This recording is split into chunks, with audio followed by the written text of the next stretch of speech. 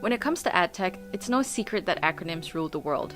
And as a publisher, it can get pretty confusing. But that's alright because Publift is here to help. Today, we'll be breaking down one of the key metrics you should have your head around, page RPM, and the ways that we can increase it. So grab some popcorn, get comfy, and let's dive in. So what exactly is page RPM? Basically, it's a formula to gauge the amount of revenue earned by a single web page. And in this instance, that's yours. You might be wondering, isn't that the same as eCPM, otherwise known as effective cost per mille? Yep, that's right. Google actually uses these terms interchangeably. And if you're unaware, eCPM is used on many desktop, mobile, in-app platforms, and video platforms, which are mostly monetized via display ads. What influences page RPM? There are two key metrics that directly impact your page RPM. They are click-through rate, CTR, and cost per click, CPC. CTR is pretty straightforward. It's a measure of the number of clicks over the number of impressions received. The more an advertiser's ads are clicked, the more you're paid. So the higher the CTR, the more money there is in your pocket. A higher CTR also means you're offering a high quality placement for those kinds of ads, which would allow you to get a higher price per click on the ad placement bid. Cost per click, on the other hand, measures how much an advertiser is willing to pay for a click on an ad placed on your website. The rate of your CPC will differ based on the content of the ad, context, and the niche. You must ensure that you can keep your CTR and CPC as high as possible, as increasing those metrics will directly drive the growth of your page RPM. Why does page RPM change? It's actually normal for your page RPM to fluctuate. So if you want to stare at your Google Ad Manager dashboard, wondering stressfully why your page RPM has fallen, you can now rest easy. First things first, don't focus on day-to-day metric updates. Instead, you should monitor trends and use rolling averages.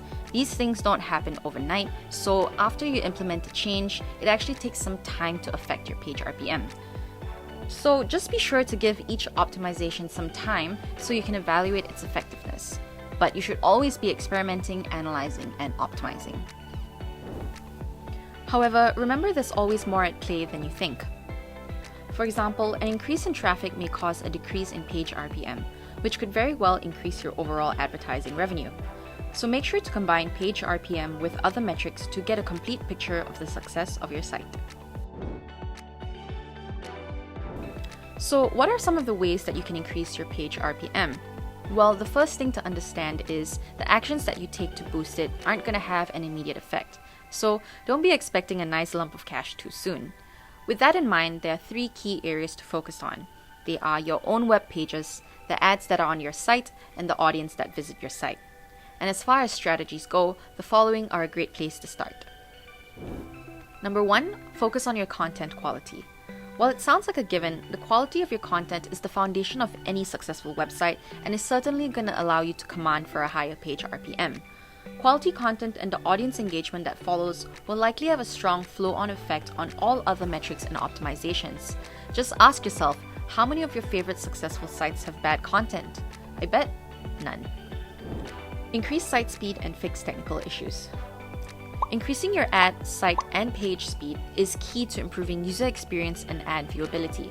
Be sure to keep a keen eye on any other possible technical issues that may decrease your page RPM and your performance, such as mobile rendering issues or broken links. Technical issues like this will slowly erode your SEO efforts, which in turn will also decrease your page RPM. Increase ad viewability. How effective is an ad that can't be seen? Well, not very. Measuring ad viewability is a reliable way to evaluate the effectiveness of an ad campaign. According to our research, there's a strong correlation between viewability and CPM, which means that increasing your ad viewability will directly impact your page RPM. A way to increase ad viewability is by taking a look at optimizing your ad formats and sizes. When it comes to ad formats, you're spoiled for choice. You've got text, display, video, rich media ads, and even expendable ads. Some formats can actually command higher prices per click and impression, so you'll need to experiment with the formats to determine which is the best one for your site. And once you've found the right mix, your RPM should continue moving in the right direction. Number 4, use header bidding. Header bidding is a programmatic advertising technique that allows you to offer your ad space to multiple ad networks, who then have the opportunity to bid for an ad placement on your website. This is a highly effective way to maximize your advertising revenue. Instead of selling your inventory to the biggest exchanges, which was traditionally done using the waterfall method of ad selling, you'd sell your space to the highest bidding exchange. Switching to header bidding from waterfall will also reduce ad loading times, subsequently increasing ad viewability and effectiveness. And that's it. Hopefully this gives you a better idea on how you can boost your page RPM. If you're interested in learning more, be sure to check out the blog post below, or alternatively, you can also book a chat with us via the link in the description box. If you enjoy these sorts of explainer videos, be sure to give it a like and subscribe, as it helps out our channel immensely. Thank you so much, and we'll see you in the next one.